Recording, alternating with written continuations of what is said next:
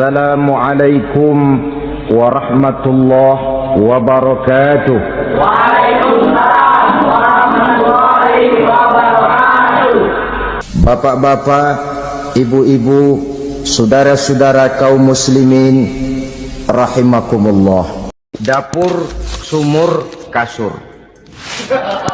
Kasur, sumur, dapur. Seolah-olah wanita terpaut dengan 3 itu tadi.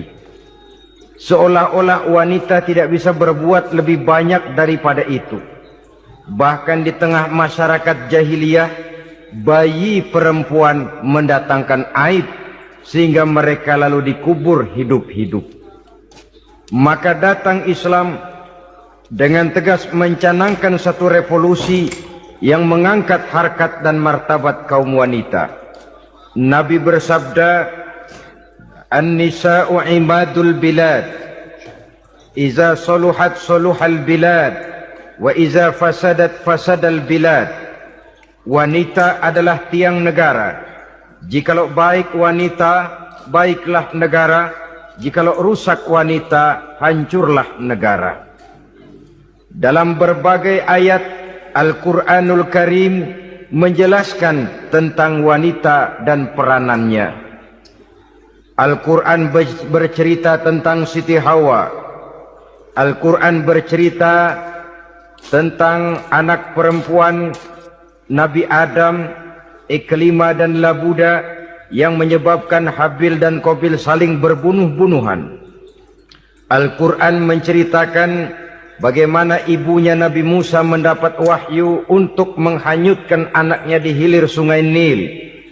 Al-Quran bercerita tentang Siti Maryam, ibu daripada Nabi Isa.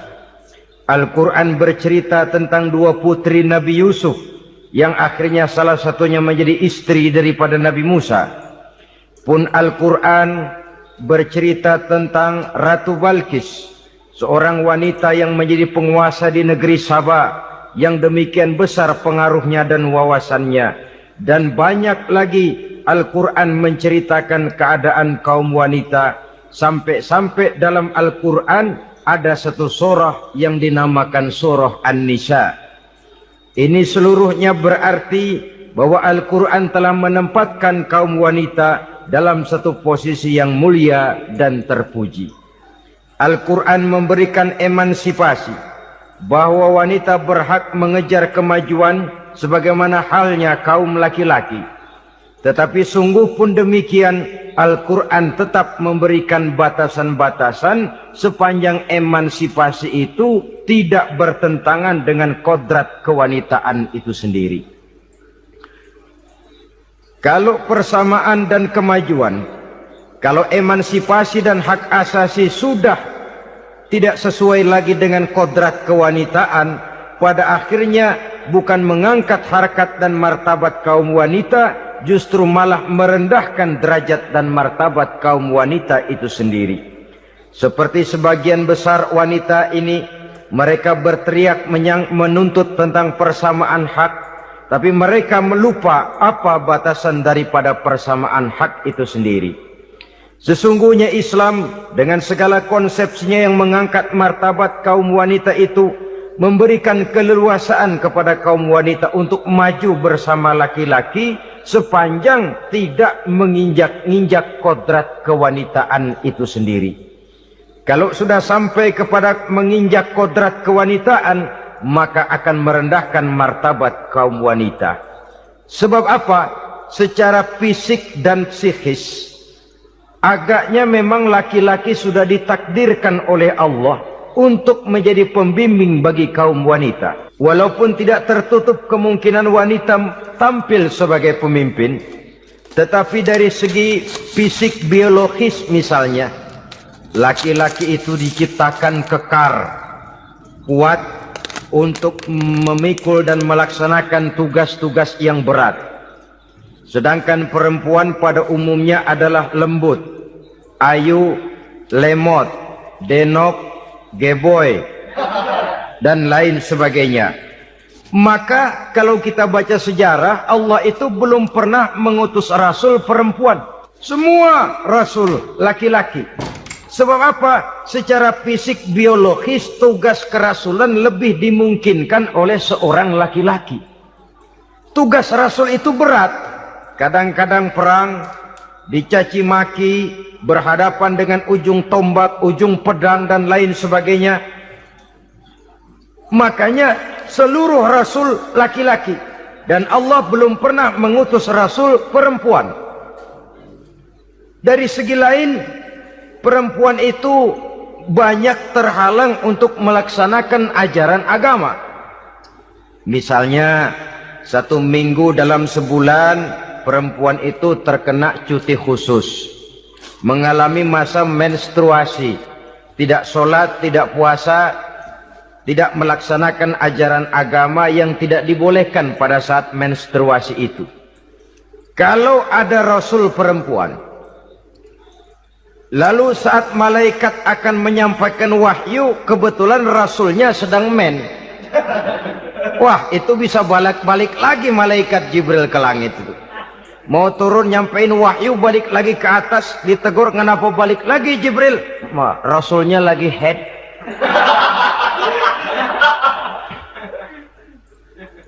Atau pada saat agama dalam bahaya, agama dalam hinaan, agama dalam ancaman, rasulnya perempuan kebetulan sedang hamil besar.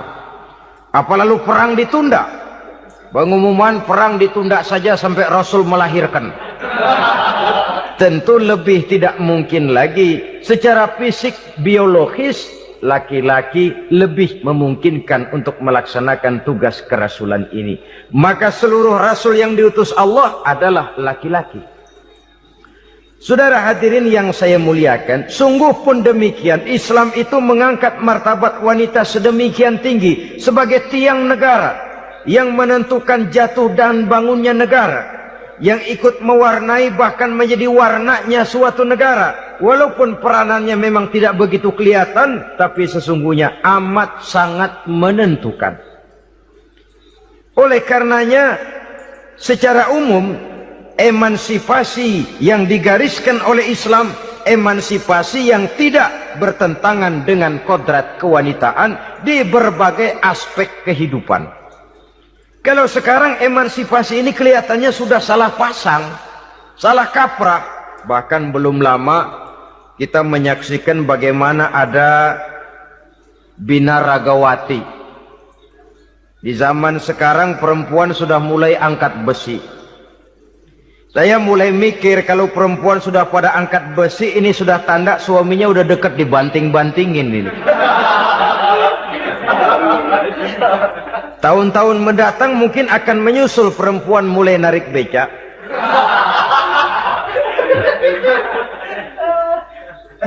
Nampaknya kan sudah tidak lagi mengindahkan kodratnya sebagai wanita. Ada olahraga yang hanya pantas dikerjakan oleh laki-laki. Oleh karena itu pada kesempatan ini kita akan mencoba melihat peranan wanita dari berbagai dimensinya. Yang pertama, peranan wanita sebagai istri. Adalah Rasul memilih istri pertamanya Sayyidatuna Khadijah radhiyallahu anha. Kalau pilihan utama beliau pertama kali nikah dengan Siti Khadijah, jelas itu pilihannya bukan karena kecantikan. Kenapa? Beliau nikahi Siti Khadijah dalam usia 40 tahun Khadijah dan 25 tahun Rasul. Statusnya janda pula. Kalau beliau seorang pemburu kembang, pemburu bunga, kenapa mesti nikah dengan janda berumur 40 tahun? Sedangkan beliau waktu itu masih berumur 25 tahun. Apa sasaran utamanya? Bisa kita lihat nanti. Setelah beliau diangkat menjadi Rasul, ternyata Khadijah lebih daripada seorang istri, beliau masuk ke dalam staf Nabi. Orang lain beliau belum beriman, beliau malah beriman lebih dahulu sebagai perempuan pertama yang masuk Islam. Orang lain memusuhi Nabi, beliau malah mengorbankan hartanya untuk membantu perjuangan Nabi. Istri setia semacam ini, dengan peranannya sebagai istri yang sedemikian rupa, memberikan andil yang sangat besar bagi kesuksesan dan keberhasilan seorang suami. Sebaliknya, seorang istri bisa mempengaruhi suaminya. Seorang suami yang jujur, polos, lugu, sederhana bisa jadi koruptor ulung kalau didorong-dorong oleh istrinya. Seorang istri Pak Lurah memang tidak ikut mengatur kelurahan, tapi dia bisa mewarnai suaminya. Seorang istri gubernur memang tidak ikut mengatur provinsi, tapi dia bisa mewarnai suaminya. Sepanjang warnanya positif, tentu sangat baik dan sangat diharapkan. Tetapi kalau warnanya negatif, kiamatlah akibatnya umat ini.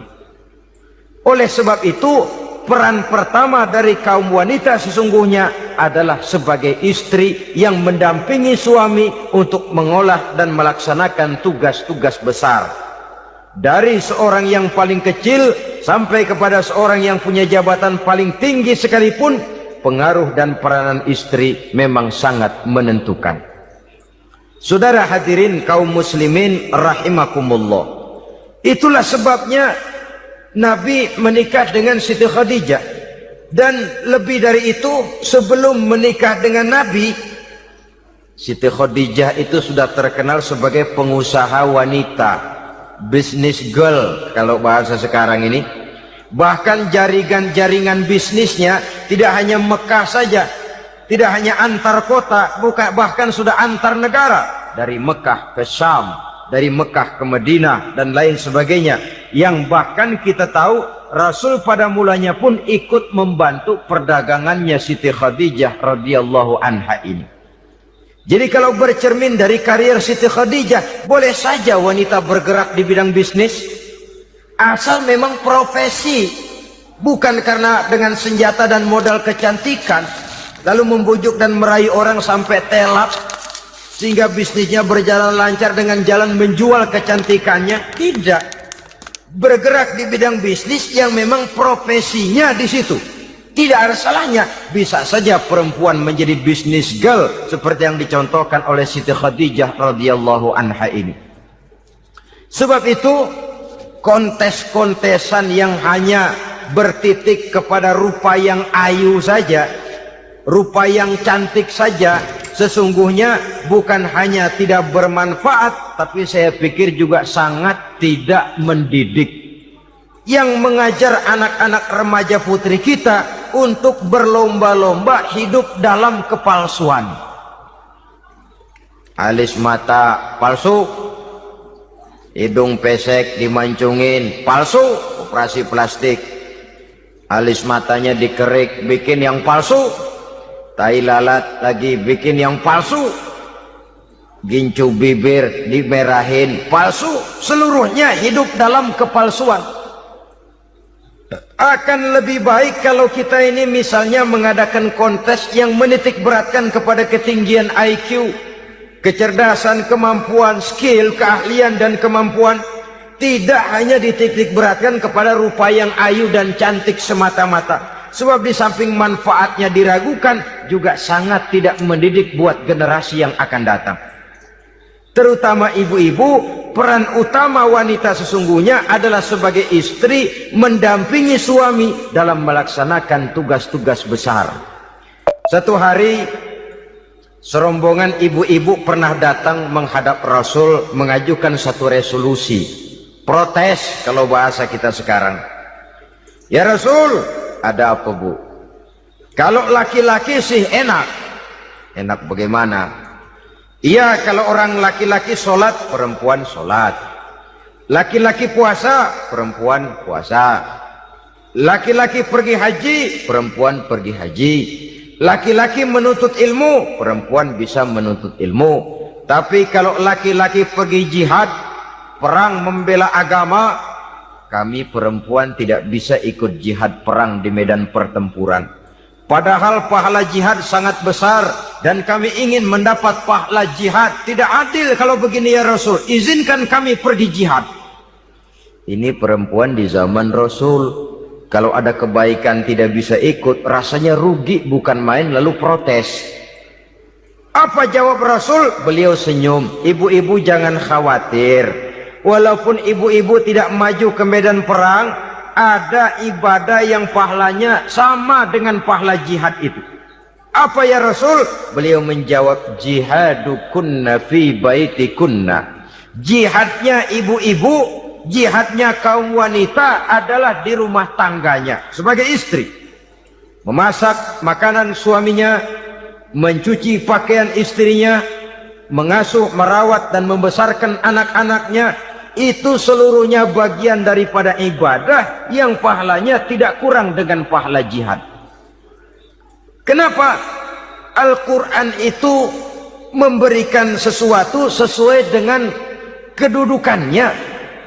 Kalau perempuan pergi perang jihad membela agama, musuhnya laki semua, kayak apa perangnya? Itu musuhnya bisa nggak mau pakai pedang, perangnya udah gulat aja udah. Sehingga Rasul lalu memberikan satu jalan keluar yang membuat wanita-wanita itu lega. Jihadukunna fi baitikunna. Ibu-ibu sih tidak usah khawatir, jihad ibu adalah di rumah tangga ibu-ibu semua. Sejak bangun tidur sampai tidur kembali, nyaris kaum ibu itu 24 jam pekerjaannya. Sebagai istri, dia melaksanakan jihad di rumah tangganya. Peranan wanita yang pertama adalah sebagai istri, yang walaupun tidak kelihatan dan menonjol seperti halnya laki-laki, tapi sangat mewarnai, bahkan menjadi warna dari tugas apapun yang dihadapi oleh suaminya. Dulu ada seorang orator, kalau pidato hebat bukan main. Kalau dia bernada gembira, semua orang senyum. Kalau dia bercerita tentang sesuatu yang sedih, satu masjid orang nangis. Orang tanya kepadanya, Pak, bisa pidato begitu hebat, siapa yang bikin? Ya saya sendiri. Istrinya dari belakang bilang, tidak, yang bikin pidatonya hebat saya.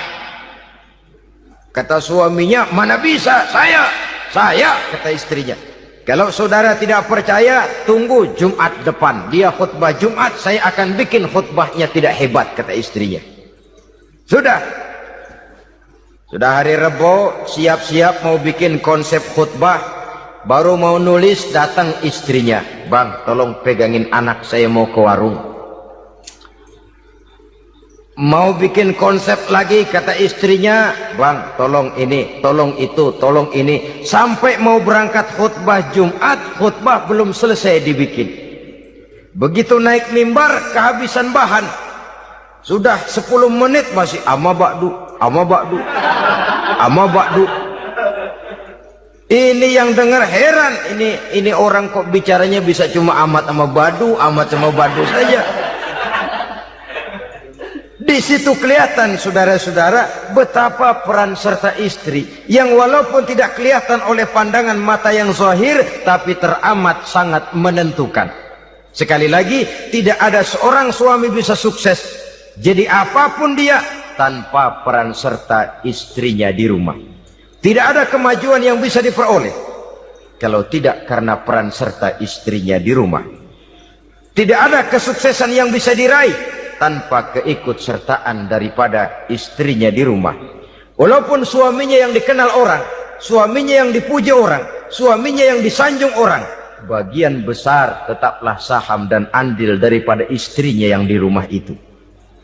Ini makna an-nisa imadul bilad. Wanita adalah tiang negara. Jikalau baik wanita, baik negara. Jikalau rusak wanita, hancur negara. Karena wanita, negeri Sabah menjadi terkenal, tentram, aman, wawasan politiknya luas. Seorang semacam Cleopatra bisa menaklukkan Julius Caesar. Dan begitu selanjutnya. Banyak cerita-cerita betapa wanita yang berperan di belakang layar ini bahkan bisa menggoyangkan negara. Bahkan yang paling dekat saja contoh dengan kita, Senator Gary Hart. Saudara masih dengar tentu itu. Betapa harus terpaksa mengundurkan diri dari pencalonan presiden Amerika karena kasusnya dengan Donna Rice itu, dengan hostess itu. Betapa di sini seorang perempuan atau seorang wanita sanggup membongkar seseorang yang punya masa depan ceria untuk menuju kursi kepresidenan dari suatu negara adidaya seperti Amerika, bisa gagal berantakan karena skandalnya itu. Apa penyebabnya? Wanita. Tapi wanita juga bisa menyebabkan menjadi cambuk majunya laki-laki. Wanita juga bisa menghancurkan dan mengubur laki-laki. Saudara hadirin yang saya muliakan, ia memang kelihatannya makhluk yang lemah, tapi di balik kelemahannya itu sesungguhnya dia bisa menelan laki-laki yang bagaimanapun besarnya. Saudara-saudara kaum muslimin rahimakumullah, terutama ibu-ibu yang saya hormati, jadi peranan yang pertama wanita sebagai seorang istri. Yang kedua, wanita sebagai ibu. Ini juga sangat besar pengaruhnya dalam membentuk generasi masa yang akan datang. Bapak, oleh karena kesibukan tugasnya, tentu lebih banyak di luar rumah. Yang nyaris 24 jam di rumah itu ibu. Bagaimana dia merawat anaknya, bagaimana dia menaruh perhatian terhadap anaknya, bagaimana ia melimpahkan kasih sayang kepada anak-anaknya, akan membentuk kepribadian anak dan artinya membentuk generasi yang akan datang. Kalau seorang ibu sudah cuek-cuek saja kepada anaknya, padahal Quran mengatakan al-jannatu tahta aqdamil ummahat, surga di bawah telapak kaki ibu. Hadis ini bisa kita artikan macam-macam. Pertama, anak tidak akan mendapat kebahagiaan tanpa ridho daripada ibunya.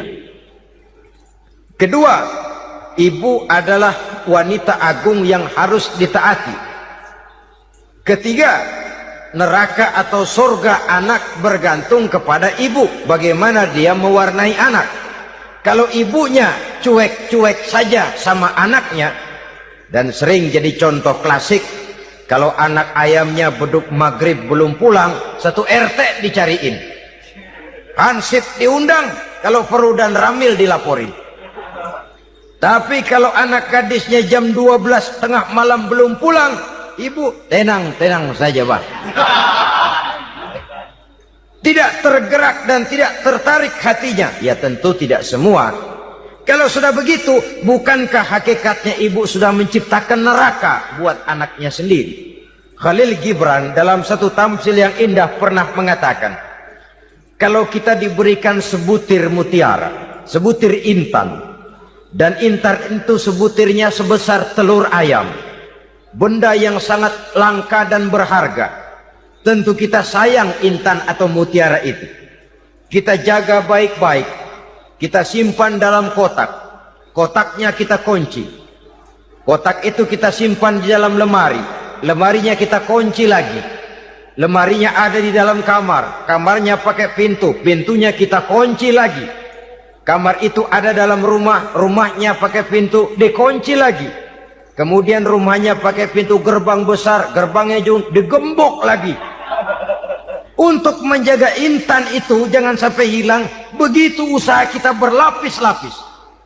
Dan intan itu sudah diberikan kepada kita, kata Khalil Gibran. Apa dia? Anak-anak yang diamanahkan Allah kepada kita. Itu intan-intan mahal, itu mutiara-mutiara pilihan yang dititipkan dan diamanahkan untuk kita jaga sebaik-baiknya. Haruskah dia sia-sia di tangan kita? Haruskah dia merana jatuh di tangan ibu yang tidak punya tanggung jawab? Saudara hadirin yang saya muliakan, oleh karenanya peranan sebagai ibu ini sangat menentukan bagi pembentukan generasi yang akan datang. Salah ibu mengarahkan anak, akan lahir generasi mendatang yang tidak kita harapkan. Sehingga Nabi bersabda, kullu mauludin yuladu 'alal fitrah fa abawayhi yuhawwidanihi aw yunassiranihi aw yumajjisanihi. Setiap bayi dilahirkan dalam keadaan suci, setiap bayi dilahirkan dalam keadaan bersih, tidak punya dosa. Islam tidak mengenal dosa warisan. Semua saja bayi lahir dalam keadaan suci dan bersih. Kalau demikian lalu bagaimana? Kata Nabi, ibu bapaknya lah yang kelak akan menjadikan anak itu sebagai Yahudi, yang kelak menjadikan itu anak itu sebagai Nasrani, atau menjadikan anak itu sebagai Majusi. Ibu bapaknya yang mewarnai anak. Ibaratnya anak itu kertas putih, mau ditulis tinta hijau warnanya hijau, mau ditulis tinta merah warnanya merah, mau ditulis tinta hitam pun warnanya hitam. Oleh karena itu pembentukan anak yang soleh secara mental sesungguhnya sudah diwarnai oleh kebiasaan ibu bapak dalam pergaulan di rumah tangganya secara mental. Sehingga dengan demikian saudara-saudara, salah kaprah ibu dalam mengarahkan anak-anaknya akan melahirkan generasi penerus yang sungguh-sungguh tidak kita harapkan, dan pada gilirannya akan membahayakan perkembangan bangsa dan negara, membahayakan kita sebagai suatu umat. Apalagi sekarang ini masih banyak orang-orang muslim, orang-orang tua muslim yang kadang-kadang menyekolahkan anaknya di sekolah yang membahayakan akidahnya, mematikan imannya, menghancurkan tauhidnya. Pokoknya asal bonafid keluar sekolah ada jaminan lapangan kerja, perkara anak mau kafir mau murtad bukan urusan. Alangkah ironi dan sangat menyedihkan. Saudara-saudara yang saya hormati, jadi dari segi kaum wanita peranan ibu sangat besar. Dari segi anak, ketaatan kepada ibu, doa restu ibu akan membawa kepada kebahagiaan hidup. Doa ibu mustajabah, kutukan ibu manjur. Beberapa hikayat dan riwayat menjadi contoh dan tamsil buat kita betapa tidak ada satu kebahagiaan di dunia ini yang bisa ditegakkan tanpa doa restu daripada ibu. Pantas kalau dalam Al-Quran ada ummul kitab, ibunya atau induknya kitab. Tiap negara punya ibu kota, bapak kota tidak ada. Lalu lagi wawasan Nusantara disebut ibu pertiwi, bapak pertiwi kemana tahu. Saudara hadirin yang saya muliakan, lalu dalam peringatan hari-hari besar nasional ada yang namanya Hari Ibu. Hari bapak nggak pernah diperingati.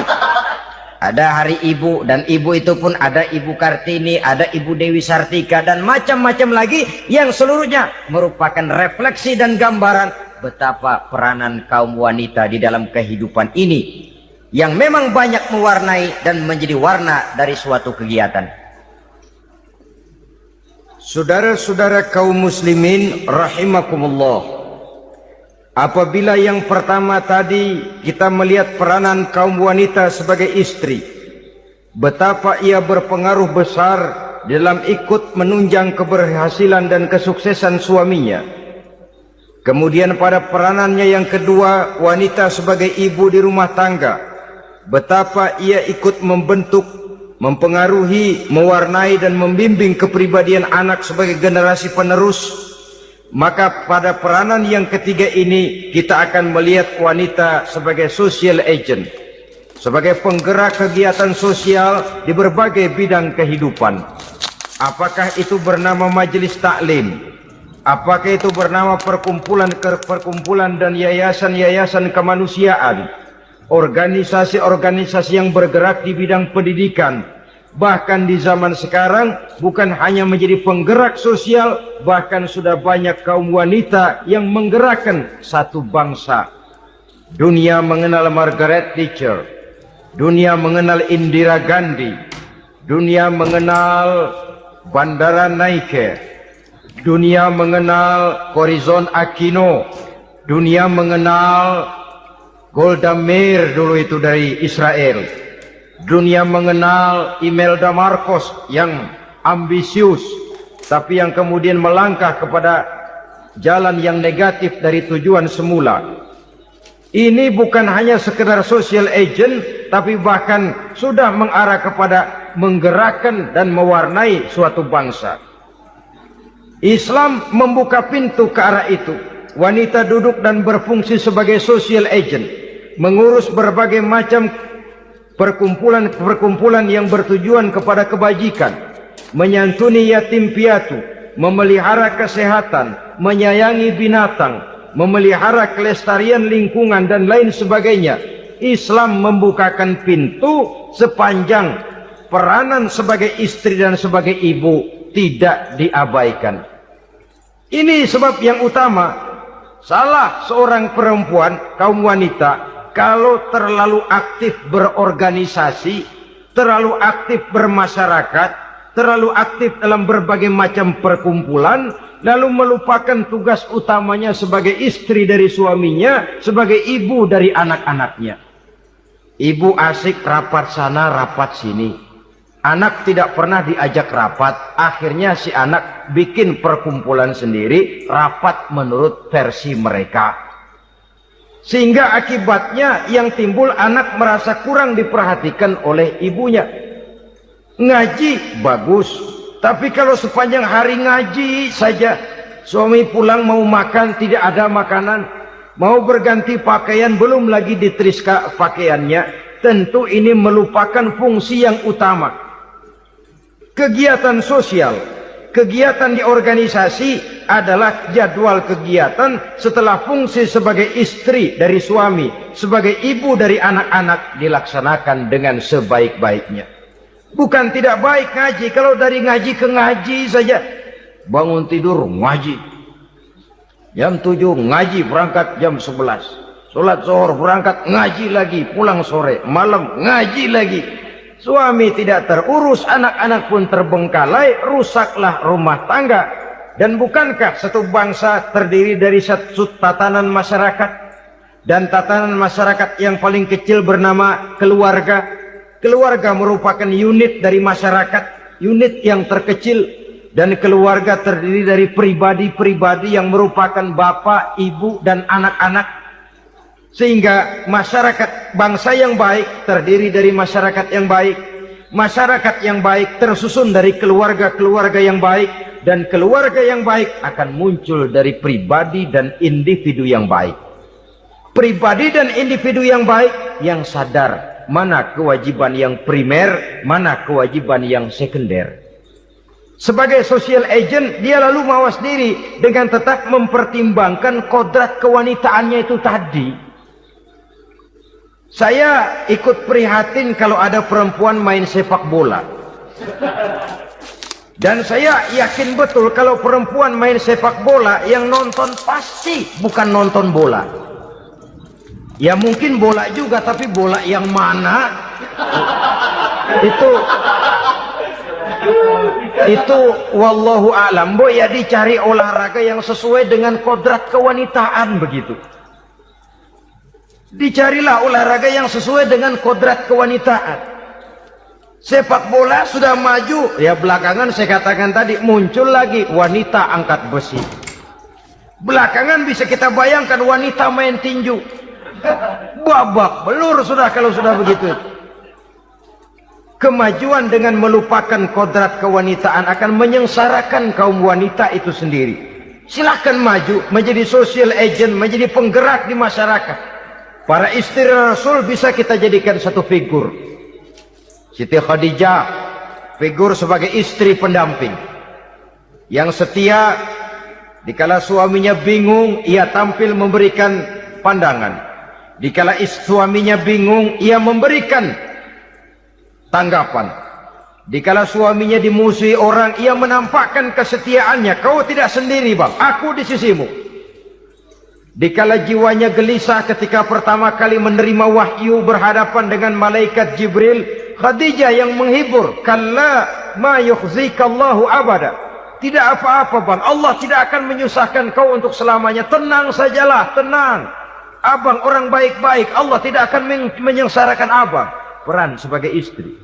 Dan Rasul mantap. Sehingga bertahun setelah Khadijah wafat, selalu terkenang dan dikenang oleh Rasul. Pernah satu saat beliau itu seperti orang melamun. Aisyah tanya, kok seperti ngelamun bang? Iya, kata Rasul, saya seperti mendengar suara terompahnya Khadijah di surga. Padahal Khadijah sudah lama wafat. Aisyah mendengar itu rada sedikit manyun. Kata Aisyah, bang, cukup sekali ini saja, jangan sebut-sebut lagi nama itu ya. Cemburu rupanya. Ya soal cemburu sih nggak bini Nabi, nggak bini kita, namanya cemburu. Perempuan mesti ada. Apa jawab Rasul? Ya Humairah, Aisyah, haruskah saya melupakan seseorang yang dikala orang lain memusuhi saya, dia mati-matian membela saya. Dikala orang lain mau membunuh saya, dikorbankan hartanya untuk membantu perjuangan saya. Mestikah saya melupakan orang yang begitu baik? Tidak, Aisyah. Sepanjang nafas masih ada, sepanjang itu saya tidak akan bisa melupakan Khadijah sayang. Peran sebagai istri Khadijah ini, peran sebagai istri. Suaminya bingung, istrinya memberikan hiburan. Kadang kan tidak, suami bingung, istri bingungan lagi. Ya sudah, mari ramai-ramai kita bingung sudah. Bukan mencari jalan keluar, yang sudah bingung malah ditambahin bingung lagi. Saudara hadirin yang saya hormati, lalu figur Siti Aisyah, muda, cantik, kreatif, cerdas. Kalau bahasa sekarang barangkali wanita karier ini. Ini figur-figur loh. Jadi punya keistimewaan masing-masing, sehingga ada pilihan.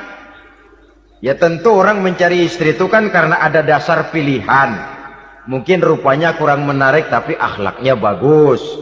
Mungkin akhlaknya sedang-sedang saja tapi potongannya cakep. Masih ada pilihan. Sudah potongan jelek, akhlak bejat. Emangnya lu milih merem tempo hari ya?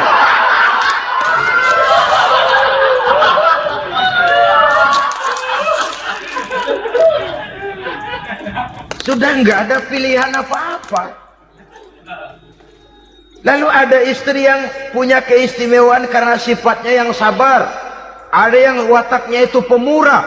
Ada yang sifatnya itu belas kasih. Pendeknya, dari istri-istri Rasul kita bisa menemukan figur-figur wanita teladan. Sehingga keliru kalau kaum orientalis barat mengatakan Rasulullah itu katanya sesungguhnya adalah seorang seks maniak, istrinya banyak. Oh ini memang bajingan ini orientalis ini. Kalau Rasulullah itu seorang seks maniak, tentu yang dinikahinya itu pertama jelas gadis semua, yang kedua tentu cantik-cantik semua. Dari istri-istri beliau yang dikawininya dalam keadaan gadis cuma Siti Aisyah. Selebihnya janda. Apa pertimbangannya? Menyantuni yatim-yatimnya, mengayomi janda-janda yang ditinggal suaminya gugur di medan perang, untuk memperkuat keimanannya. Itu pilihan utama Rasul.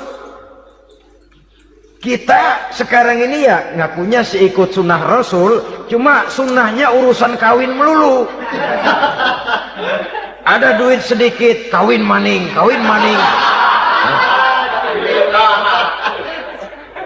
Ditanya orang kenapa kawin melulu sih mas, sunnah Rasul. Bukan main. Kalau sudah urusan kawin pahlawan betul sunnah Rasul. Padahal kawin lagi dalam Islam itu sungguh pun boleh, tapi tidak diperintah. Tidak diperintah, memang cuma boleh. Itu kalau dalam pesawat itu cuma semacam emergency exit lah ya. Yang tidak boleh sembarang waktu bisa dibuka. Kalau memang sanggup berlaku adil, tafadhol. Kalau tidak, satu juga nggak habis. Lagian saya kira perempuan itu kan cuma perbedaan rupa saja, perbedaan selera saja. Seperti singkong dengan sate, bedanya kan cuma di tenggorokan. Kalau sudah masuk ke perut, kenyangnya kan sama. Perempuan cuma berbeda dalam selera, rasanya barangkali ya, barangkali.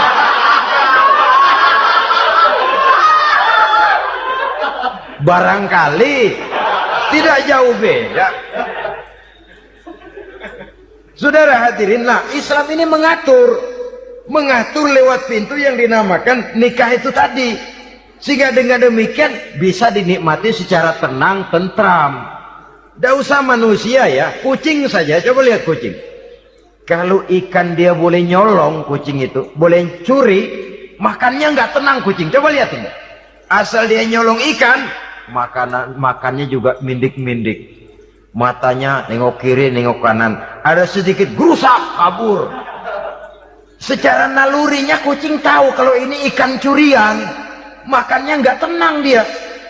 Tapi kalau ikan kita kasih, kucing anteng, geledek juga nyamber, manteng aja dia.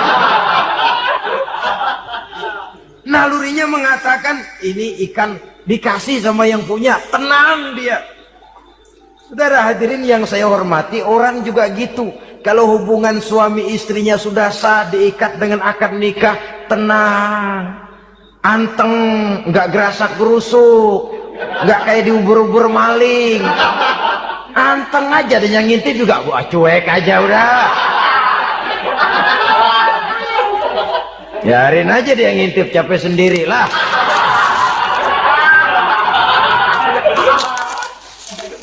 Tapi kalau nyuri-nyuri, coba lihat dah.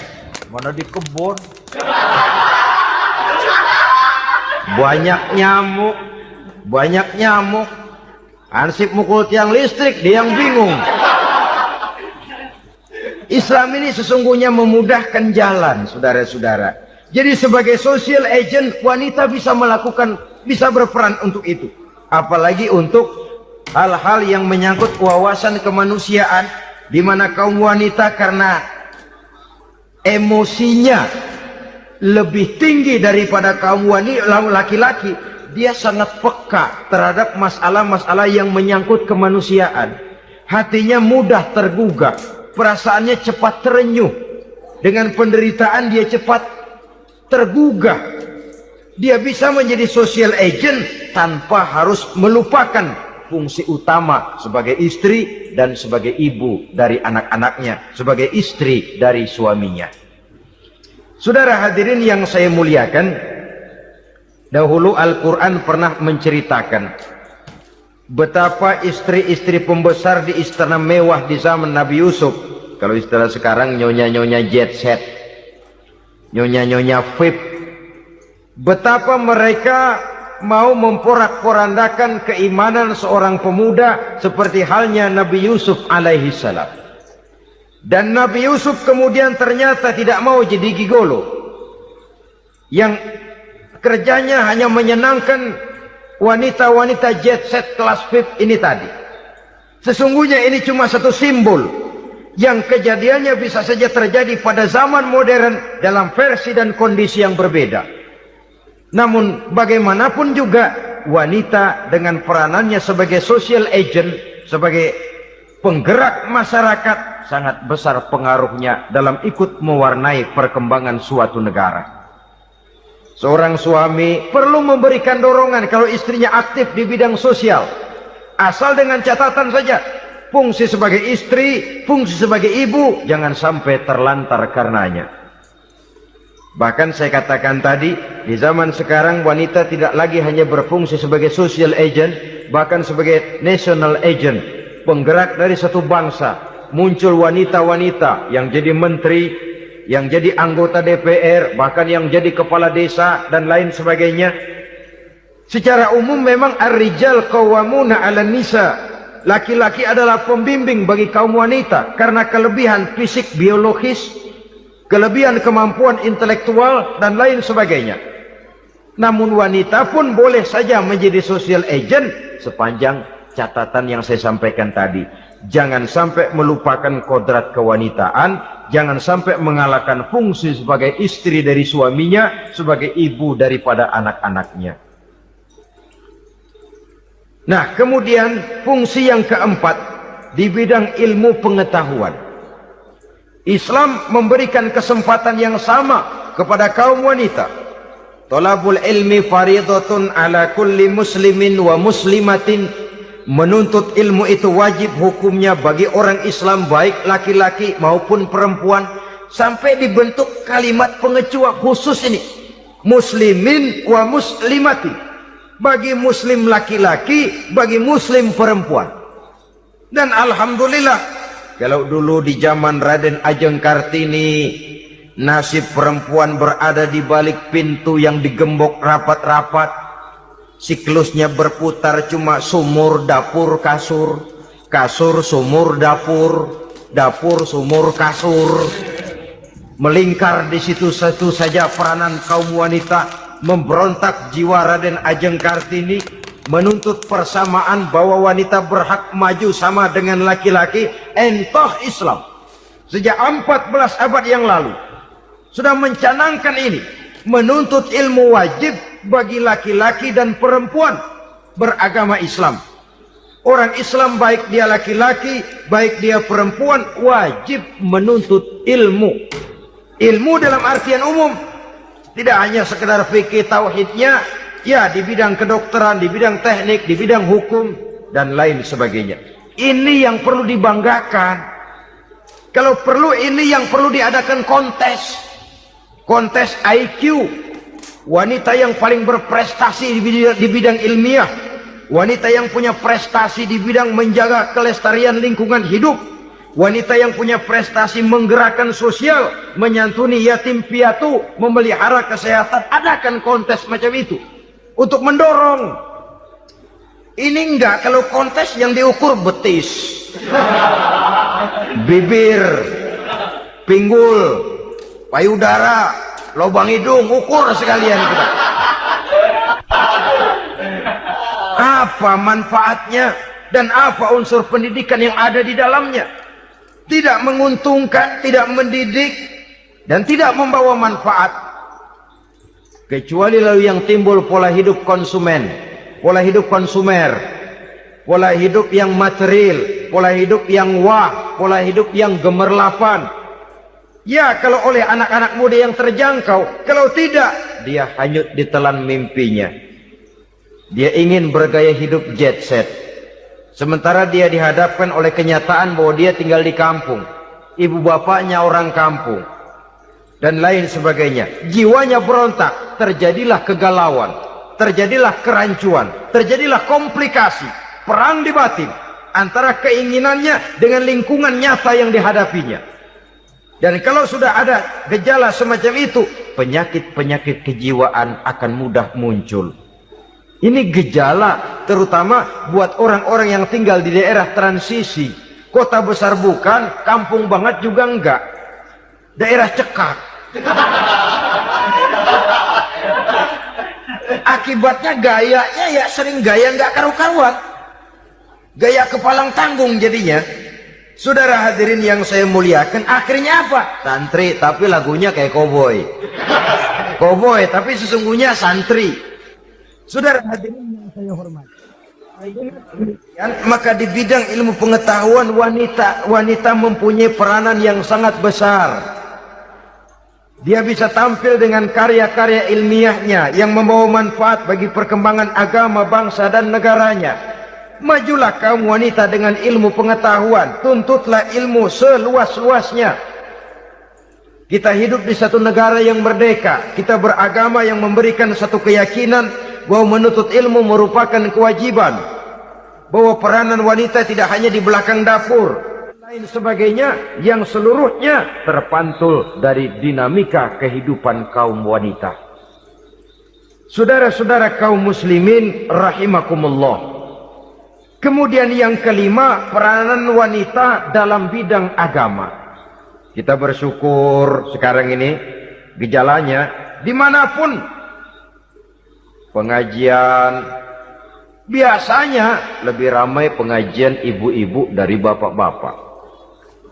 Peringatan hari-hari besar keagamaan, biasanya lebih ramai ibu-ibu daripada bapak-bapak. Pengajian, ibu lebih ramai. Padahal kalau bicara sibuk, lebih sibuk ibu daripada bapak misalnya. Kalau sudah pengajian bapak-bapak, biasanya pengajiannya ramai cuma 3 giliran itu. Pembukaan, maulid, penutupan.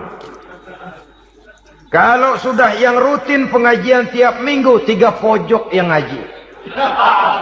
Yang atu nguap, yang atu pules, yang atu ngiler. Saudara hadirin yang saya muliakan, ada badan kontak majelis taklim yang merupakan wadah daripada kegiatan ibu-ibu.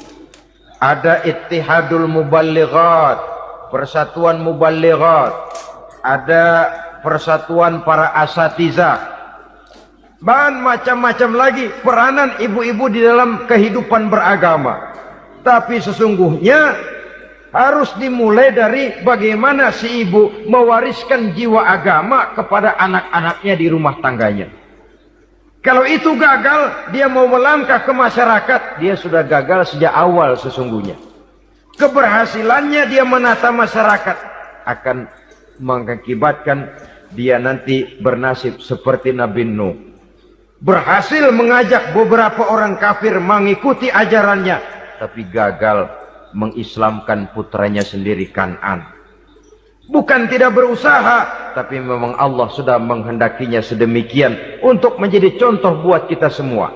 Yang penting orang tua berusaha dan berikhtiar. Kalau sudah berusaha dan berikhtiar, anak ternyata memang sulit diurus, barangkali memang fotokopinya Kan'an tuh anak. Ya orang tua kalau sudah berusaha, ya tawakallah. Jangan belum berusaha lalu berkata, jangan anak kita, anak Nabi aja ada yang bengal. Ngajar tidak mau, mengajar anak tidak mau, mendidik anak tidak mau, lalu mencontoh Nabi, salah kaprah namanya. Kaum wanita bisa berperan di dalam agama. Ketika Rasul hijrah, itu kan beliau tidak langsung ke Madinah. Dari Mekah itu beliau mengambil jalan arah ke kiri menuju Gua Sur. Ini dalam strategi militer punya makna sendiri. Jenderal yang ulung, ahli strategi militer ini. Di Gua Sur sana beliau tinggal 2 hari 3 malam. Siapa yang membawa makanan ke Gua Sur? Siapa yang menjadi kurir untuk mengintai kegiatan-kegiatan Quraisy setelah Nabi berangkat hijrah? Asma, putri Abu Bakar Siddiq radhiyallahu anhu. Jadi kurir, jadi spion, membawa makanan untuk Rasul dan ayahnya di Gua Sur. Ini peranan wanita. Di tengah bahaya, di tengah keadaan posisi terjepit, Rasul di dalam gua, diamatinya keadaan Quraisy, dilaporkannya kepada Rasul. Jasa seorang wanita bernama Asma, putri dari Abu Bakar Siddiq radhiyallahu anhu. Rabi'atul Adawiyah, seorang sayyidah sufiyah, ahli tasawuf yang terkenal dengan ajaran cintanya kepada Tuhan. Dia bisa menjadi tokoh wanita dalam gerakan sufi oleh karena kegiatannya di bidang agama, dalam arti mujahadahnya kepada Allah Subhanahu wa ta'ala. Dia korbankan bagian besar daripada hidupnya untuk mengabdi kepada Allah. Setelah suaminya meninggal, seumur hidup dia tidak pernah nikah lagi. Bukan tidak cantik, cantik. Bukan tidak ada yang mau, banyak yang meminang. Bahkan diantaranya termasuk Sufyan Tsauri, seorang tokoh juga, pernah mencoba meminang beliau. Kata Sufyan, Rabi'ah, bagaimana? Kamu kan janda? Iya. Lalu, saya kan duda. Jadi bagaimana? Daripada kita masing-masing sendiri-sendiri kan lebih baik kita join. Maksud kamu apa? Saya mau meminang kamu. Boleh? Tapi mas kawinnya saya minta engkau jawab 4 pertanyaan saya. Kalau bisa, diri saya seutuhnya saya berikan kepada kamu. Kalau tidak, tidak usah saja. In ajabtani fi 4 masail fa ana laka. Kalau engkau sanggup menjawab 4 pertanyaan saya, seluruh diri saya bulat-bulat saya serahkan kepada kamu. Yang pertama, Sufyan, semua orang kan bakalan mati. Iya. Ya soal mati sih sama, mati. Cuma hakikat mati kan lain-lain. Ada yang matinya itu husnul khatimah. Mati baik di akhirnya. Lagi ngaji, mati. Lagi baca Quran, mati. Lagi sholat, mati. Lagi dengar ceramah, mati. Lagi sodako, mati. Itu mati-mati yang su'ul khatimah. Ada yang mati itu, mati yang husnul khatimah maksud saya. Ada mati itu yang disebut su'ul khatimah, jelek di penghujungnya. Lagi nyekek botol, mampus. Lagi banting kartu, plak, plak, habis. lagi makan riba, mati. Lagi zina, mati. Lagi nipu, mati. Kira-kira kalau saya nanti mati, su'ul khatimah apa husnul khatimah? Loh, saya nggak tahu, kamu mati saja belum. Tidak bisa kamu jawab, tidak bisa. Yang kedua, setelah mati kita masuk ke alam kubur. Di kubur kita akan dapat nikmat kubur atau azab kubur. Hari itu kira-kira saya dapat nikmat apa dapat azab? Saya tidak tahu. Di padang mahsyar setelah ditimbang kita dapat kitab di tangan kanan kalau baik, di tangan kiri atau dari belakang kalau jahat. Hari itu saya dapat kitab di tangan kiri apa tangan kanan? Saya nggak tahu. Yang keempat, orang akan lewat di atas sirat. Yang selamat sampai surga, yang celaka sampai ke neraka. Kira-kira saya yang selamat apa yang celaka? Wah, kata Sofyan, gua nggak tahu, udah butak dah lempangan itu dah. Kalau kau tidak tahu, Sofyan, tidak bisa jawab 4 pertanyaan ini, maaf saja, lamaranmu saya tolak dan saya tidak akan nikah. Ini yang saya khawatir. Maka dia terkenal sebagai Sayyidah Sufiyah, tokoh wanita dalam dunia sufi. Dan artinya wanita bisa berperan banyak dalam bidang agama, sebagai pengasuh majelis taklim, sebagai pengasuh yatim piatu, sebagai gerakan-gerakan keagamaan yang positif dan lain sebagainya. Ini dimungkinkan karena Islam menunjang harkat dan martabat kaum wanita. Maka majulah kaum wanita Islam Indonesia dengan tetap menjaga kodrat kewanitaannya. Inilah yang kita sampaikan pada kesempatan ini. Terima kasih atas segala perhatian. Mohon maaf atas segala kekurangan. Wassalamualaikum warahmatullahi wabarakatuh.